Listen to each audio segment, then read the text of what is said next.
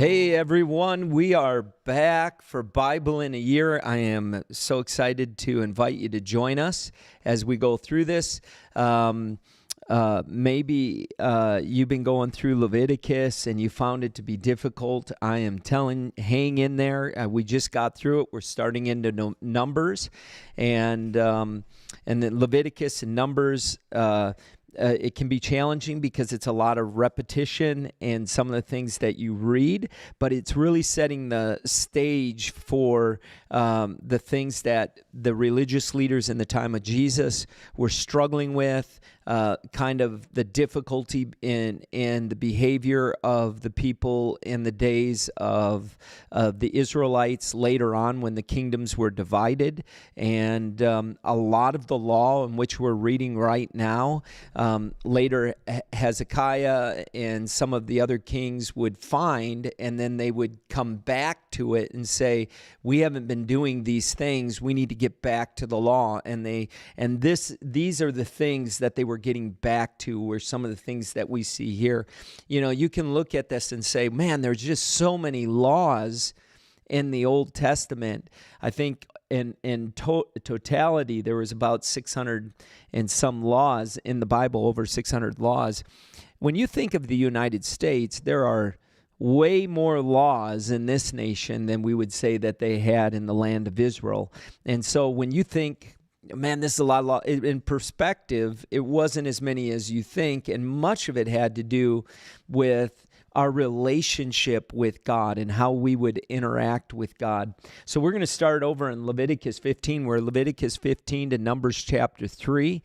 And there was it was funny. We start off when the discharges causing uncleanliness, and I was sitting there thinking, what are the discharges?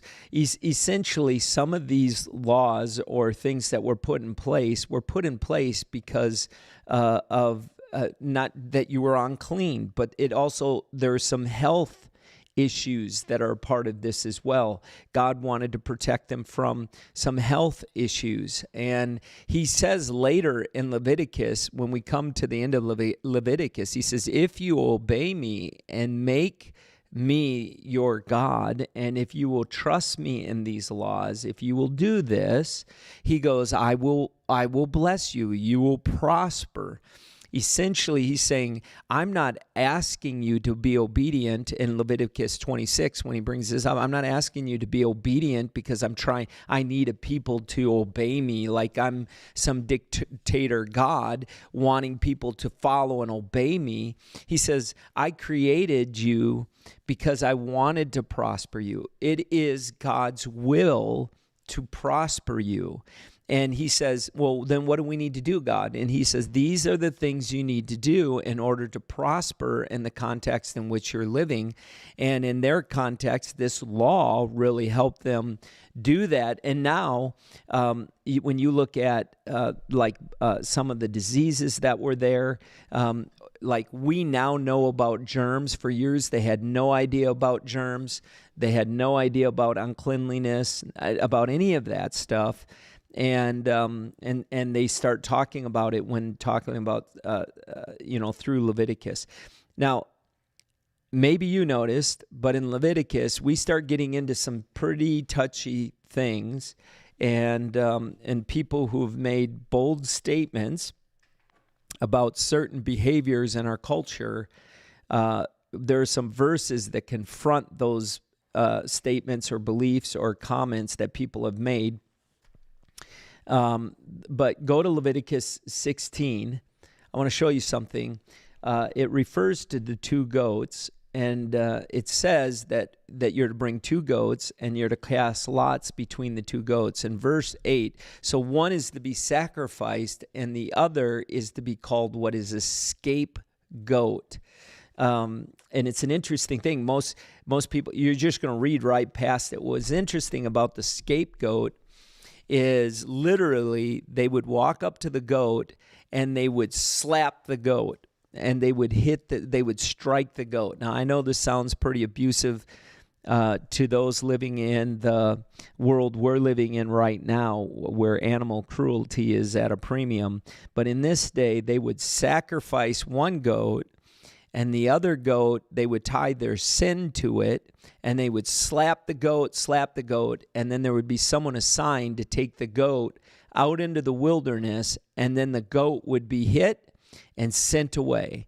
And the reason it's called a scapegoat is essentially one gave its life while the other one went free. So one goat would be the scapegoat, and we use that term all the time, is the scapegoat. Who's the scapegoat that will carry away they're the ones we're going to blame for that. This was a sacrifice of the scapegoat. That goat would take the blame. So one was sacrificed and one would take the guilt or the shame or the effects of that. Why is that important? Jesus was both. He was the sacrifice goat and he was the scapegoat. He was beaten, he was bruised at the cross, and essentially he took the guilt and shame and condemnation for the people on himself, and he became that. When he was being flogged and beaten, it was almost as though he was the scapegoat being released, so that our sins would be released. It's a great picture of what would happen later on, and something for us to look at. If you have any questions, just bring them up. We'll go over them. Otherwise, we'll go over to, let's go over to 14. In chapter 17, we can look at verse 14. It talks about the life of every creature is in its blood. And it tells us that they should not drink blood, which is something that the pagans did much of, because they believed life was in the blood as well. They believed if they drank the blood that it would give them life, that it would do things for them. They believed blood was an important thing, although they didn't know why. We believe the blood of Jesus is important. That's why we plead the blood of Jesus to cover us and to protect us, because there's life in the blood. Jesus shed his blood for us. It's a statement you'll hear a lot of by Christians. He shed his blood for us. What he was doing was giving us life, and it's a life that you can practically experience when you're with God and when you come to Christ and you give your life to Christ. And then there's a whole discourse there on the blood and the life that's in every creature, that we aren't to drink the blood of an animal, but the blood should be drained out. And that doesn't mean you shouldn't eat something medium rare. It just means you shouldn't be drinking blood. It's not something that I know there are people who do blood sausage and they love it. Blood isn't. It's just not what God. It's just not healthy for you. Go over to Leviticus 18, and we'll get into something a little more offensive. Because you know how much we just love that. Leviticus 18 is talking about some behavior that is, that physical behavior, immorality, dealing with activities that they were involved with. Now, it's important to remember, all of these Israelites, for the most part that we know of, all of them except for maybe a few, if that, were raised in Egypt. They were raised around paganism. They were raised within a culture of pagan gods, and so the practices, the laws of the land, the cultural practices, the festivities, the holidays that were celebrated were not celebrated as unto the Lord. Remember, when they were in Egypt, there wasn't Passover, there wasn't Pentecost, and there wasn't the festival of booths or the trumpets or tabernacles, some would call them. There were no feasts. Israel had no feasts. So if they were going to celebrate holidays, they were celebrating the holidays of the land, and so that was an important thing for every person, is to look forward to holidays, and they were celebrating the holidays of the land. So then he comes and he says this in verse 3 of chapter 18. He says, "You must not do as they do in Egypt, nor follow the ways of Canaan." What God was telling him is, what we're doing here is creating a different culture. whether it's Canaanite or Egyptian. The holidays may be different, but they're the same. The titles may be different, but they're the same. The gods may be different, but they're the same. And he's saying, I am the one true God, and I want you to worship me. And then he goes in, this is how you're going to do it. And he says, I want you to obey. He talks about incest. He talks about siblings involved with each other. He talks about unnatural relationships between people of the same gender. He talks about relationship with animals and that they're the involvement with animals. He talks about how we are to interact with the people and unbelievers in the land. And he even says that the land, if they don't obey, that even the land would be defiled and the land would be punished and the land would vomit them out of Israel just as it was vomiting Canaan out of Israel. This is an interesting thing because the land was God's land. The land of Canaan was God's land. It was set apart. It was set aside for God. And he was going to put his people in the land. And he said, if you're going to live in my land, then you need to obey the laws that I'm giving you. And essentially, this is what all of this was apart. He said, do not follow any of the detestable customs of the demonic culture. I want to talk about that a little bit too. There are some things in America that we're a part of and we don't want to escape. I mean, even the Quakers would not celebrate Christian. I think it was the Puritans actually, Christmas. The Puritans were the actual one that said, let's make this holiday a Christian holiday so that we can celebrate it. I think there are holidays that are very demonic, like Halloween, for instance, is an extremely demonic holiday. And when you read the law, it's there. When you read the churches in Revelation, you see this reoccurring theme that God does not want us participating in things that are honoring and worshiping demons. And there are practices that we do in our culture, activities, exercises that we do in our culture that worship demons. And he's saying, I don't want you involved in those customs. You are my people.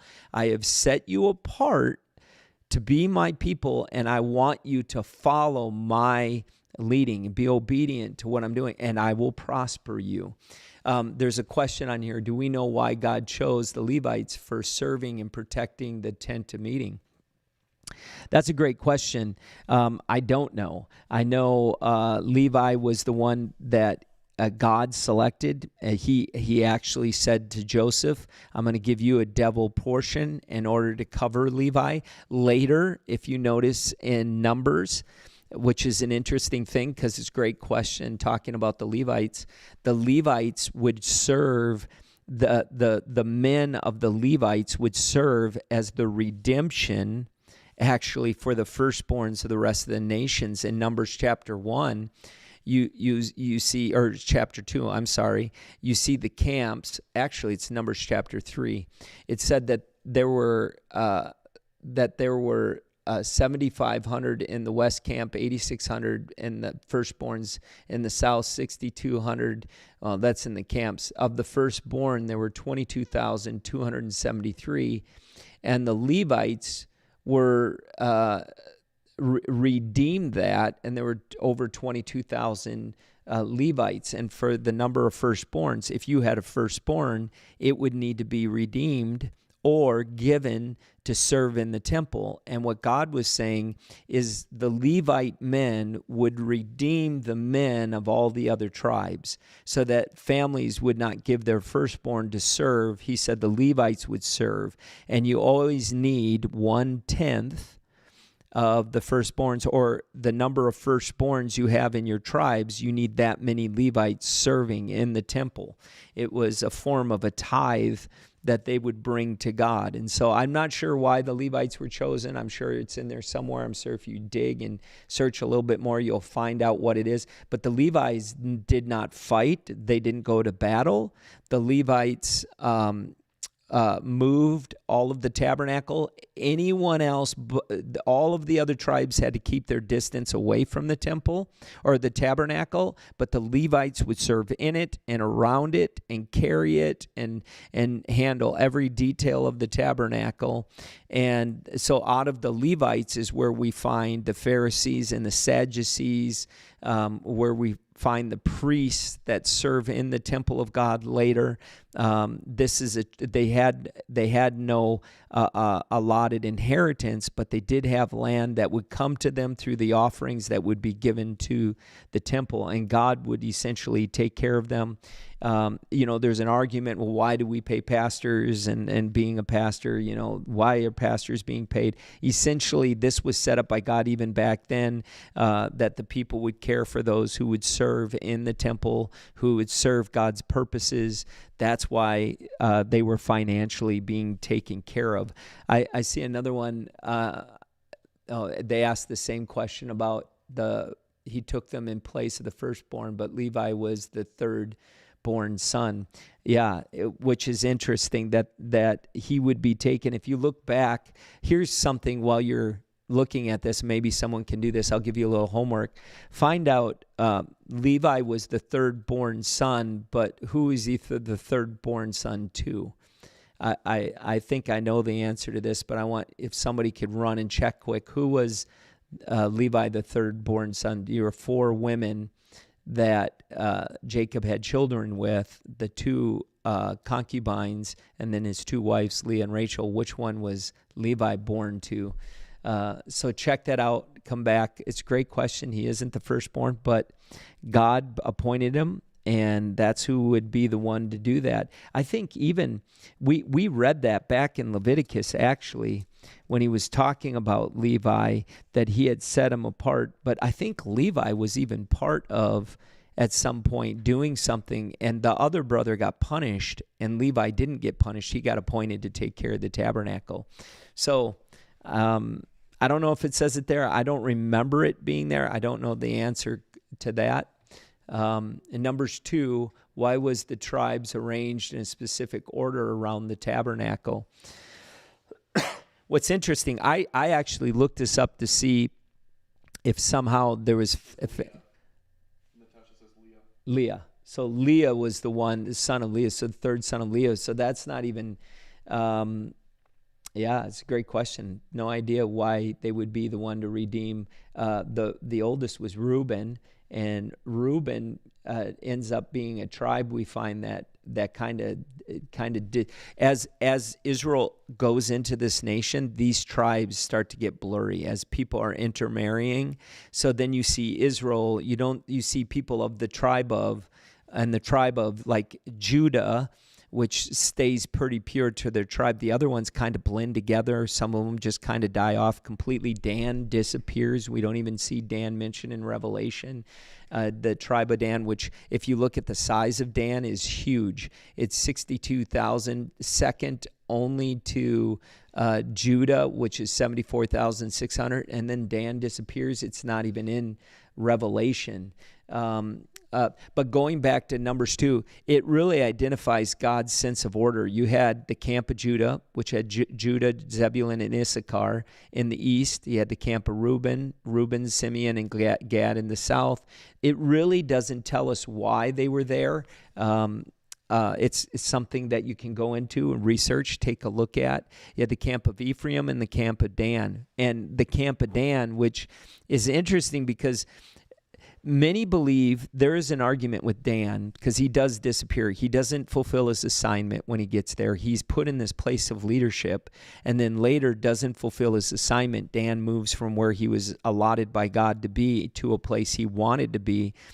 And there are many people who believe that Dan, who we see no reference to, who said would be the serpent that would bite at the heel of the horse, later we'll see this, that Dan actually, who is a sea-fearing people at some level, actually went out and spread to other places throughout Europe. And some believe that people in Germany would come from the root of Dan. Now, how crazy would that be if Dan, the tribe of Dan, was either at best or at worst, at least, mixed in with the Germans, But what if the tribe of Dan was actually a big part of the German culture, and it was the tribe of Dan that was actually doing to the Jewish people what happened in the Holocaust? That's the crazy place, and they track. And if a certain city called Danoi was the tribe of Dan, they've tracked it to that point. Then if they went to,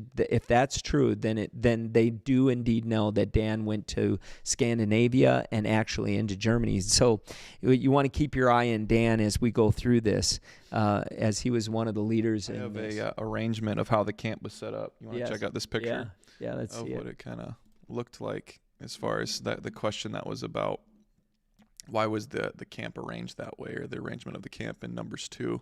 You guys will see it on the screen, which is kind of interesting. You see Dan, Asher, Naphtali, Reuben, Judah, Issachar, Zebulun, and it's all surrounding the tabernacle. Mm-hmm. Yeah, I've seen this picture before. It's a picture of a cross that's sitting there. That's what I was wondering if there's any significance. But there's been some pushback on this. Mm-hmm.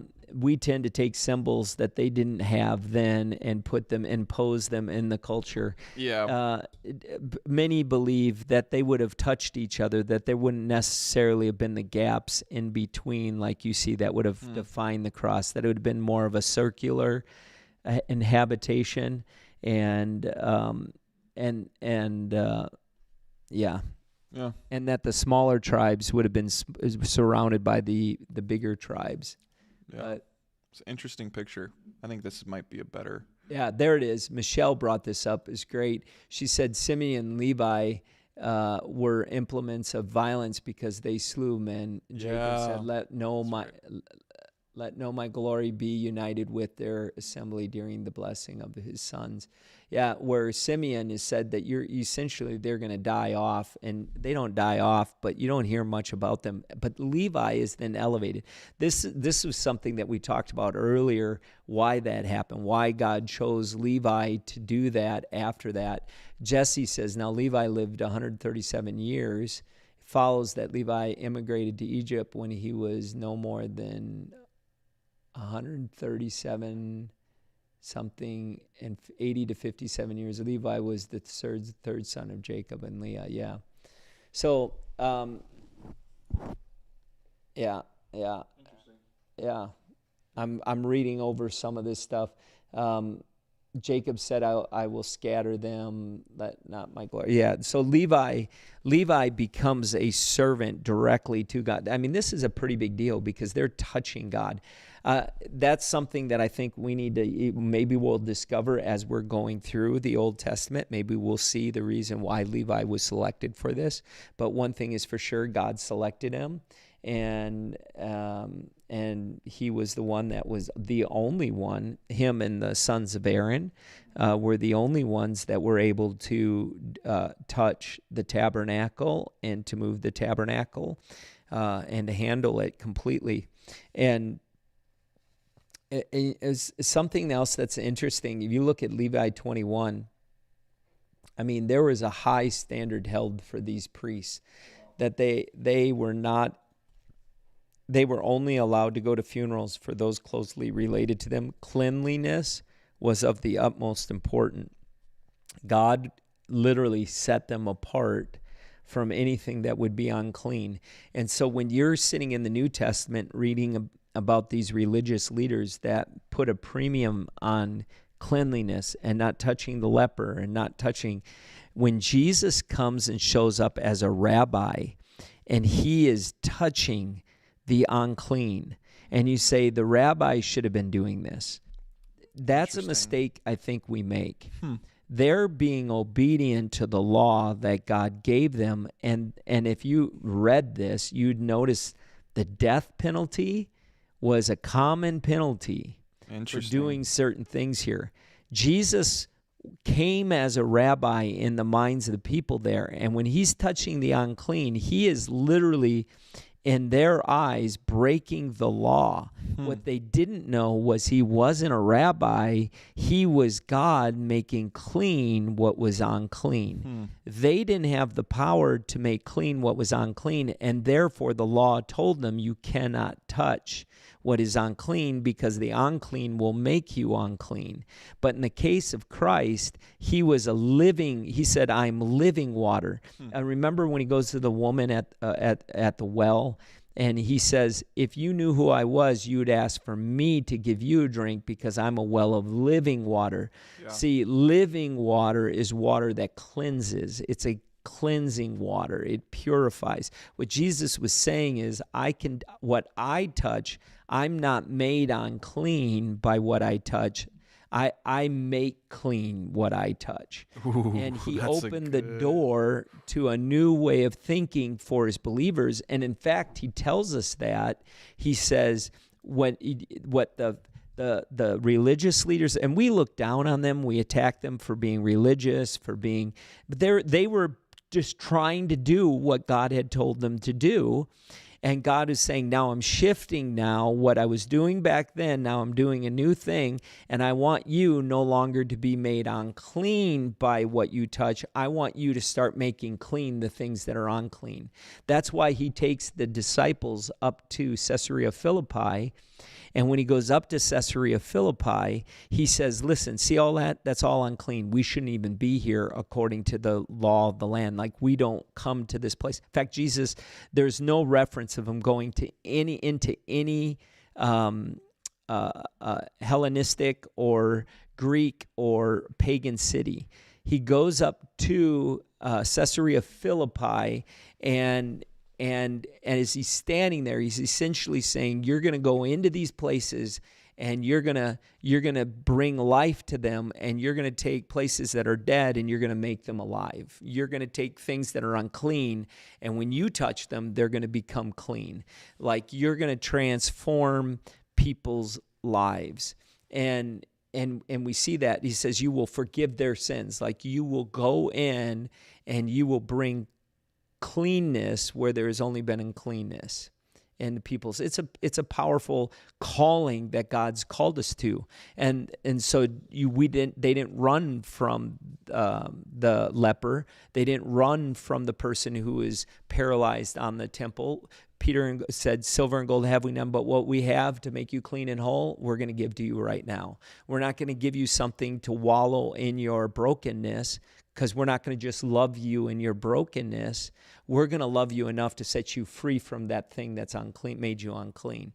And we see this when you're looking through this. You can start to see that the Pharisees, as I'm reading this, at what point were the Pharisees to stop doing the law, when throughout the entire Old Testament, God is challenging them, you're far from me. Essentially, he did tell them, you're doing the law, but your heart is far from me. But don't we do that to some extent? Like, we can do all the Christian things, but our heart isn't with him. But these people were doing all of the things they were being told to do, and there was a lot of stuff to do.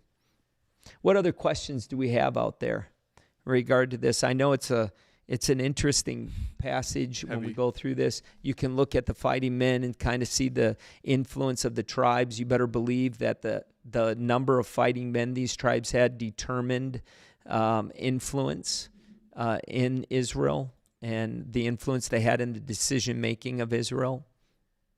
He talks in Leviticus 27 about the things dedicated to the Lord. The tithe belongs to the Lord. One of the things you're going to see in these passages is first fruit, firstborn.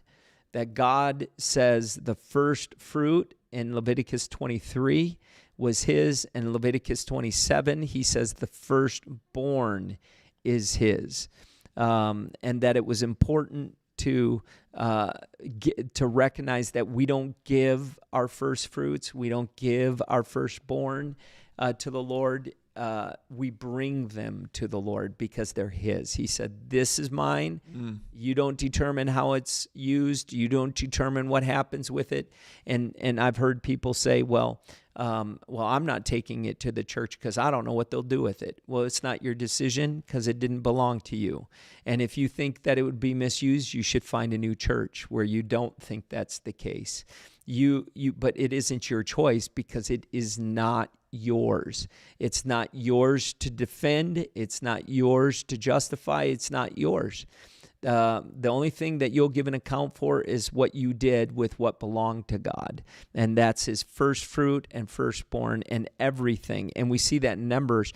Everything that was first. You sell your house, it's the first of increase. It's the first of increase. If something comes in, it's the first of increase. You pay a tithe on that, or the first fruit or firstborn of that. And I know people have a hard time with that, but you don't get mad at me. It's in Leviticus. It's what set the scene. It was before the law. It's after the law. We don't give God our leftovers. God isn't making leftovers. And in fact, you know what was interesting? When you're reading Leviticus, it says, of all of the offering that's given, eat all of it, and whatever is left should be burnt that day. You don't save it till tomorrow because God doesn't do leftovers. He's God, and we put Him first. We make Him a priority and put Him in first in that. You also see throughout Leviticus continuing the theme of the Sabbath rest and how important having a Sabbath rest. Here's a question for you. Why do you think that so many people resist the idea of a Sabbath rest? Pagans didn't take a day off. They work. Why is it that people in general resist a Sabbath? They resist taking a Sabbath. The Israelites didn't Sabbath. They were supposed to Sabbath even their land in this, and when they were sent into captivity, they were sent into captivity a year for every time they didn't Sabbath their land. For every 7th year they didn't Sabbath their land, they went into captivity for. So of the 700 years that they were in the land, God put them into captivity for 70 years in order to Sabbath their land. I don't know where I come. I think when we don't Sabbath, our physical bodies are affected. I think physically people are often put into place to Sabbath, to take a time of Sabbath, that you need to rest. And people say, well, now that we're believers, we don't need the Sabbath. I just don't think that was God's original plan. He told us in creation, Sabbath is a creational principle. It's before the law. The law basically just affirmed what was a creational principle and said, remember the Sabbath. This is from creation. Christ didn't say we should no longer live honoring the Sabbath. It should be a part of our life. You may be saved and you're not going to hell, but I think it's important to remember the Sabbath, to continue. So why is it that we struggle so much with that and giving that day to the Lord and just having rest and taking rest in it? It's a big deal in the Old Testament. In fact, when mentioned why were they put into captivity, really two things come up. Number one, they didn't honor their parents and they didn't remember the Sabbath. They weren't Sabbathing the land, and which was every 7th year, and they weren't Sabbathing themselves. And by the way, the Feast of Booths, which is the Feast of Tabernacles, is brought up at this point. The feast really identifies the coming of the Lord. That feast, the coming of the Lord, we would say the second coming of the Lord as well. We believe that's happening. That's introduced to us in Leviticus 23. And they talk about booths and remembering when they left Egypt that they lived in booths or tabernacles. And so they're supposed to celebrate that from generation to generation.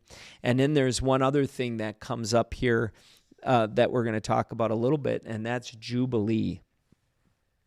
And the Jubilee is an interesting concept that is hard to comprehend and our culture today.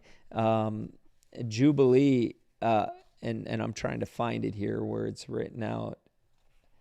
Oh, here it is in 25. Yeah, Leviticus 25. If you go to Leviticus 25, we'll look at it, because Jubilee, once it's mentioned in 25, you see it again and again in this. You've probably heard by now people preach on Jubilee. Jubilee is not every 7th year. It's about the 50th year is the year of Jubilee. So it essentially, so you have 7 years times 7, which is 49, and in the 50th year it was this year of Jubilee. It says, count off 7 Sabbaths of years, 7 times 7 years, so that the 7th Sabbaths of years amounts to a period of 49 years. Then have the trumpet sounded everywhere on the 10th day of the 7th month, on the Day of Atonement. Sound the trumpet throughout your land, consecrate the 50th year, and proclaim liberty throughout the land to all its inhabitants.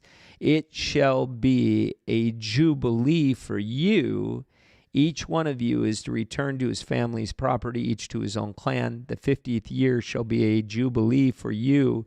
Do not sow and do not reap what grows of itself, or harvest the unintended vines, for it is a jubilee and is to be holy for you. Eat only what is taken directly from the field. In this year of jubilee, everyone is to return to his own property. And it goes on and talks about more of what you're supposed to do. Essentially, it carries on this idea that in the 7th year, you may say, well, in the 7th year, if they're not supposed to work the field, if they're supposed to Sabbath the field, then where does the food come from? Essentially, what God says is, it's in the 7th year that I'm going to provide for you from your fields, that you will work the 6th year, and in the 7th year, I'm going to provide for everything you need in that year. So you take a year of rest. When the Israelites were in the wilderness, they were not to collect manna on the seventh day. So they were to collect double on the 6th, and the manna would last through the 7th. What's interesting, in the year of Jubilee, in the Sabbath year of your fields, he said, do not plant in your fields in the 7th year, but eat only of the fruit in your field that has happened in your field without you working it. And the reason they weren't Sabbathing was because they were afraid that they would be left without food, because they didn't trust that God would provide the food they needed in the Sabbath. I think we have to, the Sabbath, there's something about the Sabbath in which we take this time off to rest, to celebrate, to enjoy, and to recognize that God is our provider, that he provides for us.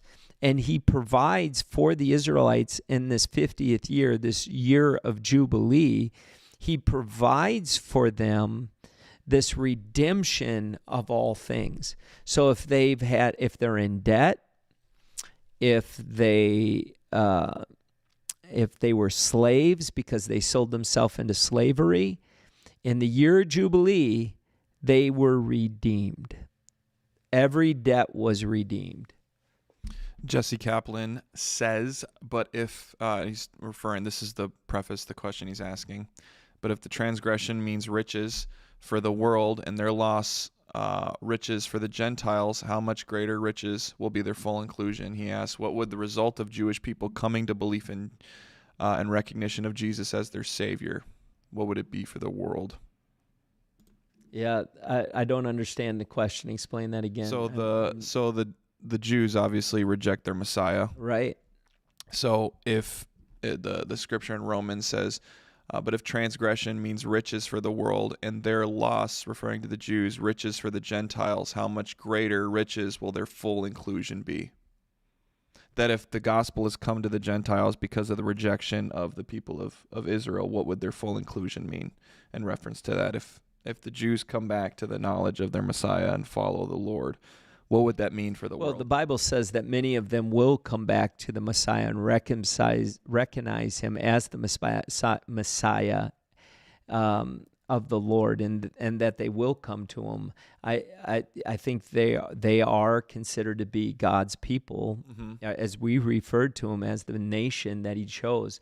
I do believe we were engrafted in the vine of Abraham. Yeah. So to continue to look at us as Gentiles coming to salvation would deny the truth that we are not also a part of the nation of Israel. Even though we may not be Jewish, we are a part of the same inheritance that they will have, and that they're just not accepting it. That's a great, pretty in-depth discussion, and I'd have to understand the question even more. Something Michelle brought up too would, why do we have our Sabbath on Sunday, the first day of the week, rather than on the Saturday, the seventh day of the week? This is a great question, Michelle, because there's a lot of people who go to church on Saturday, and that's the Sabbath, because the Sabbath is the seventh day. But we worship actually on Sunday, and we go to church on Sunday because it's the first day of the week, and we give the first day of the week to the Lord, because he gets the first. So essentially the Sabbath, how I would say it, if you want to live ideally or religiously to this, is your Saturday is the Sabbath. You are to take a day of rest. You are to enjoy the blessings of what God has done, and not try to extend your work weeks in order to make more money and to do more things, but enjoy that Sabbath and to have a day of rest. Sunday is to be the day we give to the Lord. It's actually to be set aside for the work of the Lord. What we have done in our culture today is we have combined the Sabbath and the Lord's Day into the same day on Sunday. So essentially the Sabbath is Saturday and we work. So then we go to church on Sunday and we give him the morning, and then we Sabbath the rest of the day. So essentially I'm going to do what's enjoyable. I'm going to instead of taking the 2 days off, we're just going to do one. And the reason the church has put it on Sunday, and this has been the fact that when you read in the New Testament about the Judaizers and some of the people, the synagogue would meet on Sabbath. They would come together on Sabbath, and the church began doing that. But when Paul and other people would go out, they would meet on Sabbath, but then the church would gather on Sundays. And it's really started believing that it was the first day of the week. Let's give the first to God, and then we'll go. Once we give the first, he will take care of the rest. So it's kind of like a tithe of our week, which is why. And it was really supposed to be a day that we completely gave to God. That was a total day that we gave to him. And that's where it began. So hopefully that answered your question. Jesse's got a bunch of questions. Is there an anticipated special blessing when Jewish heritage come into the faith? I don't know. I'm not sure about that. I think for sure they're returning. There's like God made a covenant with the Jewish people. You see a blessing on their life that many Jewish people deny, that they don't even believe is there. I've talked to many Jewish people that just don't believe any of that. There are a number of atheist Jews that are out there. I don't believe in this latter rain movement that we are now Israel and the Jewish people have no influence or importance at all. I think there is influence for that. But is there an anticipated special blessing when Jewish heritage come into the faith? I don't know that there's a special blessing other than the fact that they have an understanding of some things from the Old Testament that bring new light to a lot of the things in the New Testament that we might not believe.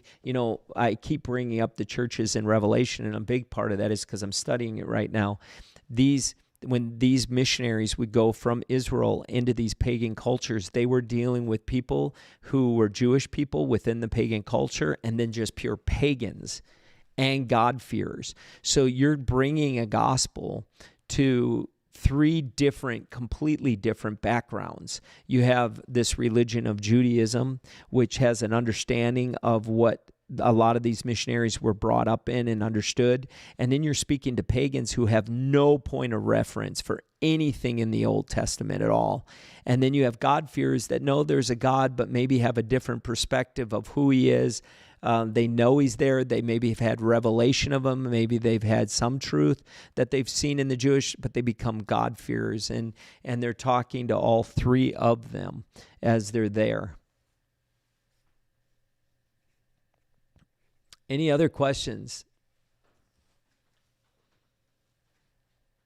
I don't know about you, but when it comes to the Sabbath, I enjoy my Sabbath. I enjoy taking time off. I enjoy the Lord's Day. I think the American culture, really Christianity, anybody who says this country wasn't founded on Christian principles would be foolish, because the reason we have a 2-day weekend, which many people have adopted around the world, is because of this idea of a Sabbath, and the first day of the week is the Lord's. And many people went to church on Sunday, even though they may not have been believers. They went to church, and it just became part of our culture. Otherwise, in the pagan culture, you worked every day. There was no day you took off. That's why festivals were such a big deal. I really would do this. If you're listening, I'm not trying to be offensive, but I really would encourage you to consider, as we're going through this, God does not like activities that were designed to worship demons that we somehow say, well, I'm going to do it, but I'm a Christian and I'm not going to think. So like things like, I'm not trying to be rude or mean, but like yoga, which is Hindu worship. When Christians participate in that, that is exactly what they were doing in the church in Pergamum. They were trying, in Thyatira, they were trying to be part of the culture and the benefits of and they justified why it was okay to worship demons. And Christ shows up and he says, this I have against you. You're participating in the ways of Jezebel, and you're in these temples. And when you study the culture, what they were doing is they were trying to justify why they were going into the temples to be a part of something, they thought.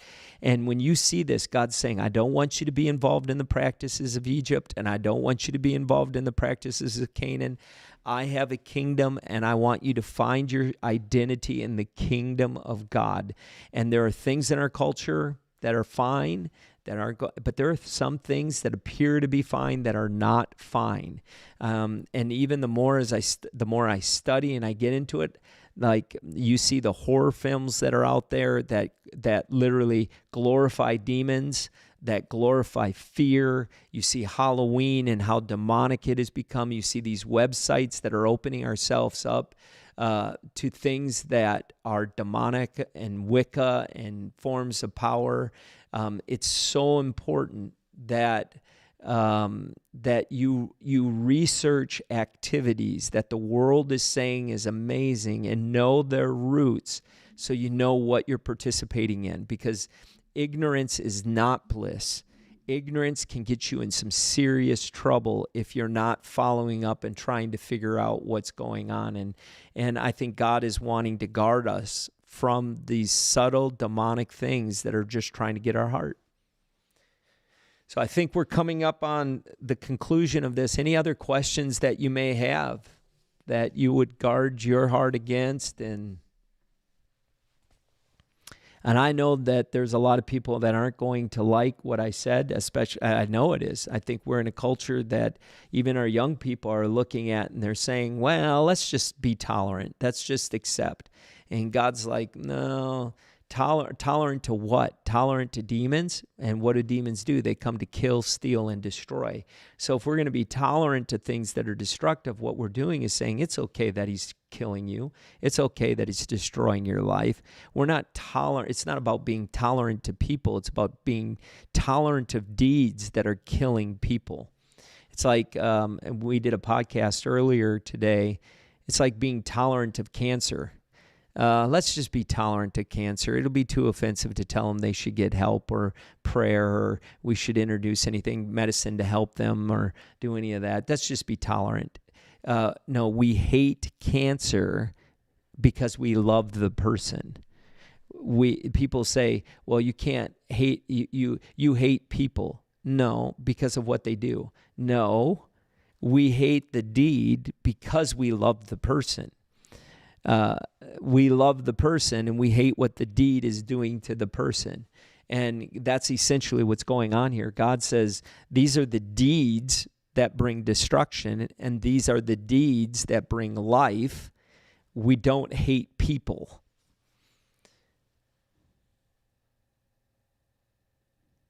Yes, Easter did.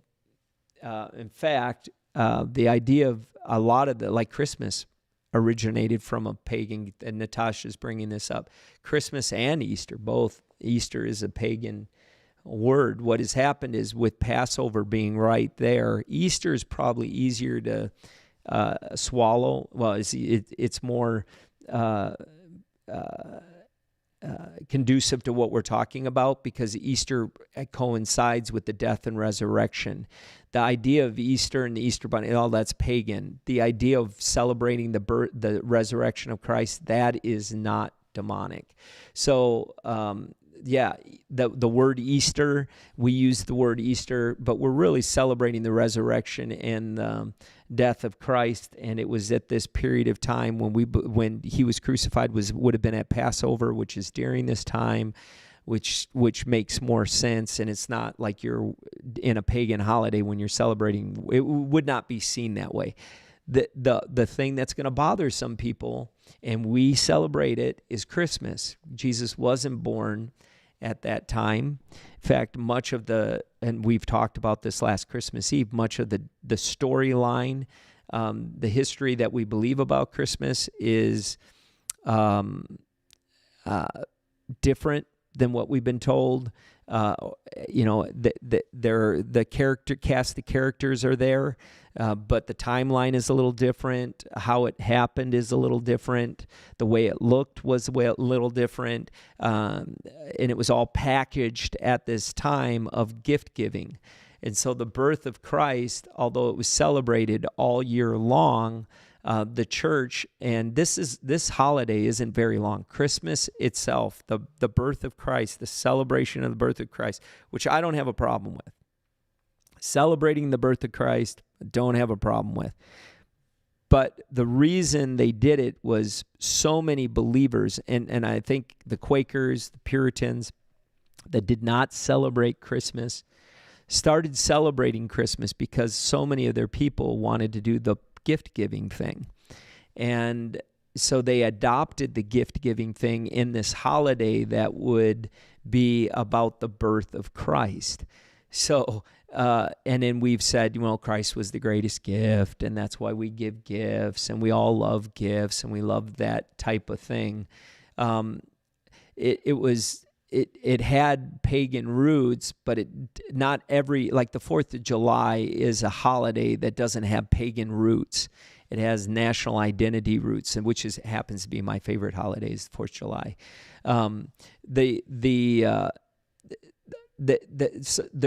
But like Halloween, so there's this in-between ground with Christmas, and then you have Halloween where there is no in-between ground.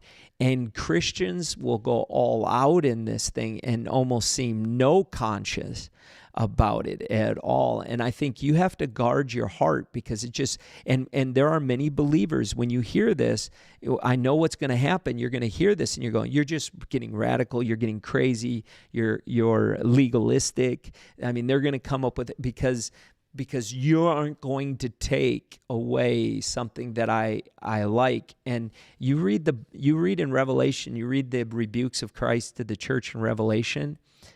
He goes right after some of the things and beliefs that they have that I'm sure wouldn't be able to be easy to change in their church. So yeah, and you'll see people like Memorial Day, we honor those who have fallen, and Labor Day, we honor the fact that we worked and it's a day off. President's Day, there's a lot of things that I wouldn't say are demonic that we just celebrate. Holidays are not, or days we take off aren't necessarily holy days, holidays. But there's some celebrations and festivals that we should not be participating in. Any other questions you have? I'm sure there will be plenty of feedback as people listen to this.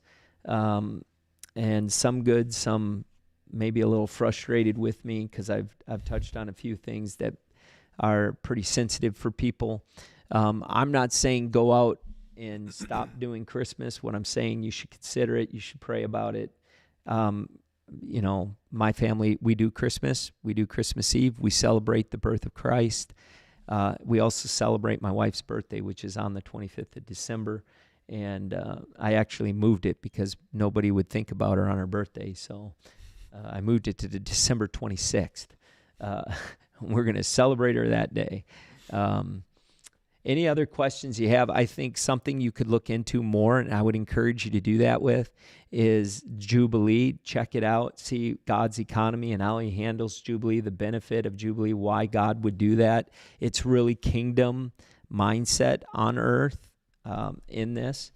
And then the other thing, look at Leviticus 26. God's heart is just revealed there. He's like, I want to bless you. I want you to experience the blessings that are there. There's abundance there. And he says, all I want you to be is, if you obey me, make me your God. If you will be my people, and I will be your God. If you will be my people, I will be your God. I will provide. 5 of you will chase hundreds.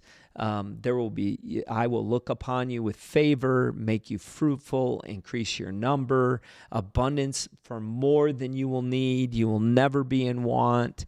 I will prosper you. The bars will be broken that were yokes against you. I mean, he's just literally letting them know that he's going to bless them if they just obey him. I just love that. I think that's an incredible motivation to follow what God is saying and be obedient to it. Amen. So let's go into Numbers. We're going to be starting in Numbers chapter 3 and Numbers chapter 4, and we'll be going into that and kind of entering a different level, a different type of book than Leviticus. And then we'll come back next Wednesday. We'll talk about it a little bit more.